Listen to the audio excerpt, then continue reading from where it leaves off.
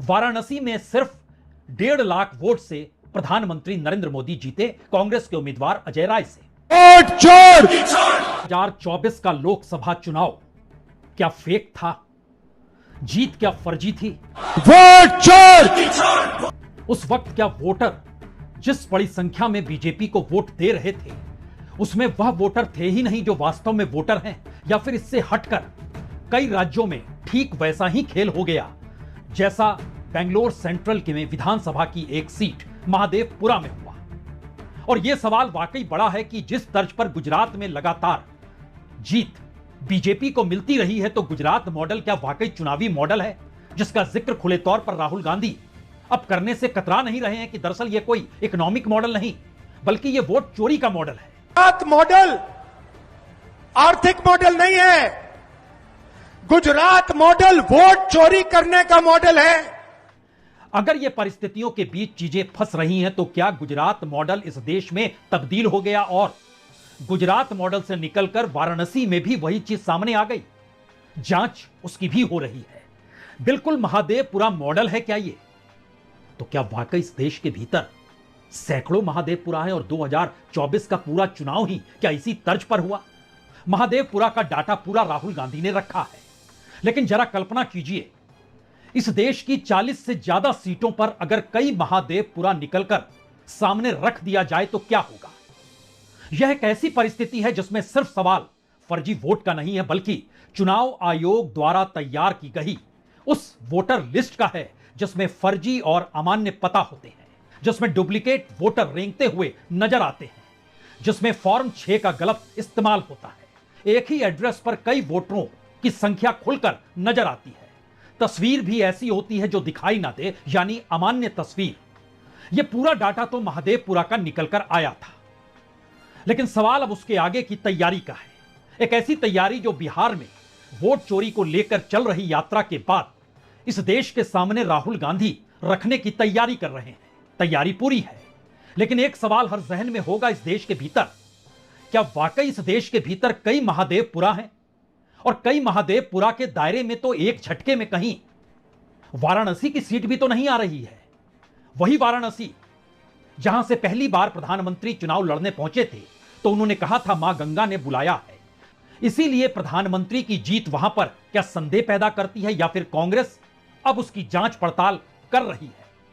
और ना सिर्फ बनारस बल्कि इस देश के भीतर में खास तौर से वह 4 राज्य जो गुजरात है, जो राजस्थान है, जो मध्य प्रदेश है, जो छत्तीसगढ़ है, यहां की कुल 91 लोकसभा सीटों में से 78 सीटों पर बीजेपी को जीत हासिल होती है। छत्तीसगढ़ में भी 11 में से 10 सीट जीतती है। खासतौर से जयपुर ग्रामीण की सीट ने सबको चौंका दिया। तो जांच क्या गुजरात मॉडल के भीतर गुजरात की भी होनी है? यह सवाल इसलिए बड़ा है क्योंकि 21वीं सदी चल रही है और इस सदी में गुजरात में कांग्रेस जीत नहीं पाई है। बरसों बरस से सिर्फ और सिर्फ बीजेपी को जीत मिलती रही है।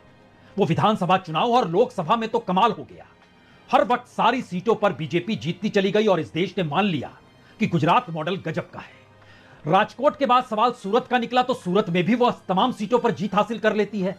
यह सवाल कहीं ना कहीं अब उन सबूतों के साथ दस्तावेजों के आधार पर जुड़ चुका है जिसकी शुरुआत महादेवपुरा से हुई है। और यहां यह समझने की जरूरत है कि महादेवपुरा में सिर्फ एक कॉन्स्टिट्यूएंसी है। लोकसभा के भीतर 7 विधानसभा कॉन्स्टिट्यूएंसी में से महादेवपुरा सिर्फ एक कॉन्स्टिट्यूएंसी है और जो जीत हासिल होती है बीजेपी को, उस जीत से ज्यादा बड़ा मार्जिन अपने तौर पर सिर्फ एक विधानसभा की सीट पर बेंगलोर सेंट्रल में बीजेपी को मिल जाता है, वो जीत जाती है। लेकिन सिर्फ इस इलाके में जब परखा गया वोटों को तो वोटों में गड़बड़ी 1,250,000 वोटों में मिली। अब इसी प्रक्रिया को अगर आप गुजरात मॉडल के भीतर ले जाएंगे तो बहुत सारी सीटें सूरत के भीतर विधानसभा की, बहुत सारी सीटें विधानसभा की राजकोट की, अहमदाबाद की, गांधीनगर की, ये तमाम परिस्थितियों की जांच विधानसभा को भी दायरे में लाकर अब जांच की प्रक्रिया में शुरू हो चुकी है। और खुद गुजरात के भीतर अगर सारी सीट लोकसभा की जीत रही और गुजरात मॉडल यही है, लेकिन महादेवपुरा की जांच ने जब बतलाया कि दरअसल इस मॉडल के भीतर आपको घुसना होगा, तभी लोकसभा के भीतर विधानसभा कॉन्स्टिट्यूएंसी में आया गया और नया सवाल उससे उठकर बनारस तक पहुंच चुका है।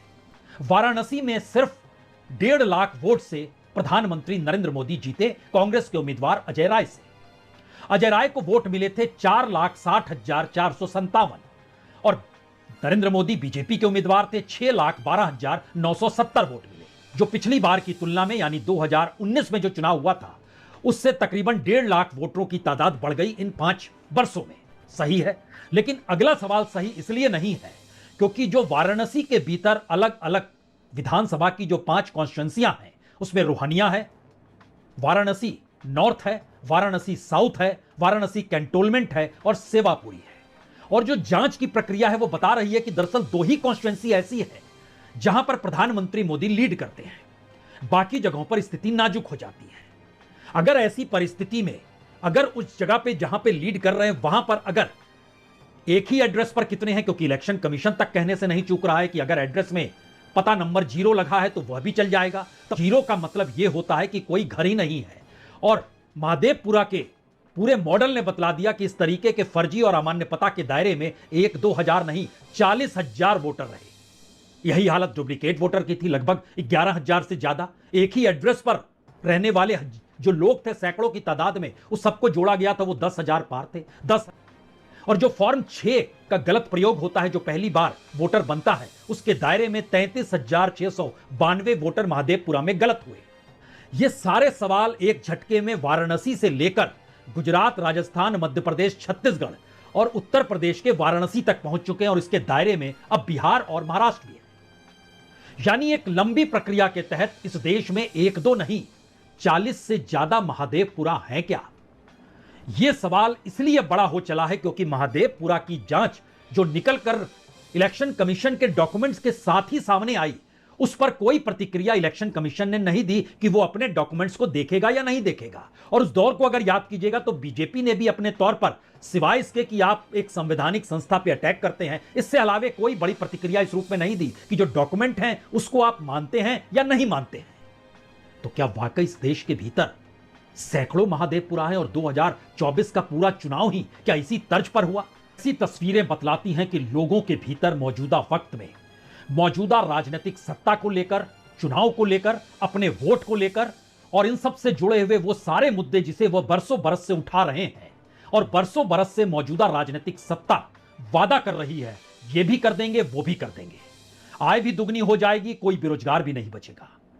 गजब की परिस्थितियों के बीच ऐसी हैरत भरी लोकतांत्रिक परिस्थितियां इससे पहले देश में कभी नहीं थी और शायद इसीलिए बिहार बदलाव के लिए जाता है और वही बदलाव सिर्फ चुनाव का मसला नहीं है, एक पॉलिटिकल ट्रांसफॉर्मेशन क्या बिहार इस देश में कर पाएगा? सवाल यह भी है।